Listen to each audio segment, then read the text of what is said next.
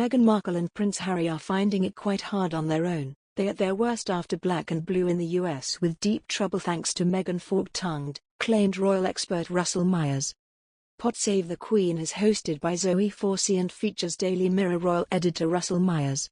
Mr. Myers said in last week's episode, "I still don't think they've found their feet.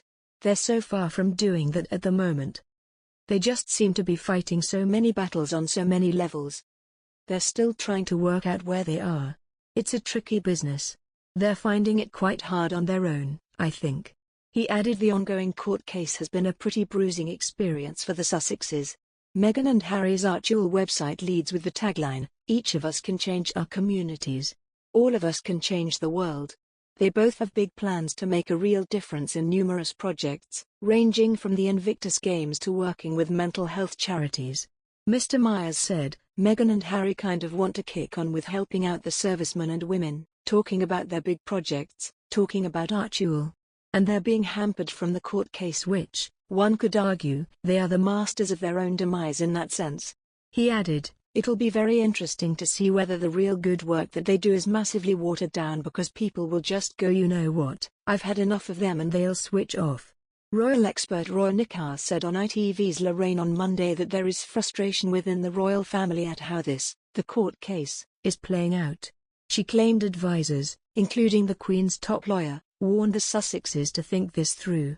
Ms. Nickar added, "If this goes all the way, think what could come out. Text messages, disclosure of all of that."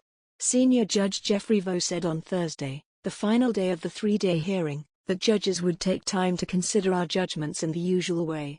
Both sides of the argument would be examined, he said, with great care. Meghan and Harry are approaching 2 years since they upped sticks and crossed the Atlantic, initially moving to Canada before heading to California.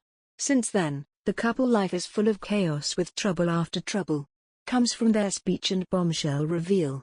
Recently, Associated Newspapers, ANL, seek to overturn the decision that the publication of Meghan Markle's private letter to her father Thomas Markle, sent in August 2018, was unlawful. The Duchess apologized to the Court of Appeal last week for allegedly forgetting email exchanges with her communications secretary, Jason Knauf, ahead of his meeting with the authors of Finding Freedom, an unofficial biography of the Sussexes. Mr. Knauf, in a witness statement, told the court Meghan's letter to her father was written in anticipation that it could be leaked. And Prince Harry's report on how to end fake news. He released a statement on the Archewell website on Monday, which says he is working to tackle fake news.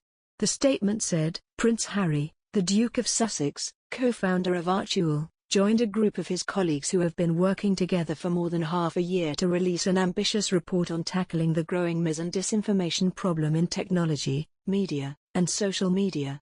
The report gives a list of 15 recommendations for leaders to consider adopting across the public, private and non-profit sectors.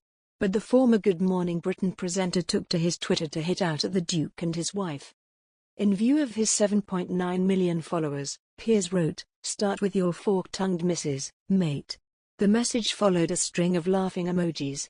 Piers' statement comes after the broadcaster doubled down on his remarks about refusing to believe a word Meghan Markle says following the Duchess' apology for misleading the courts over her recollection of information given by her aides to the authors of Finding Freedom.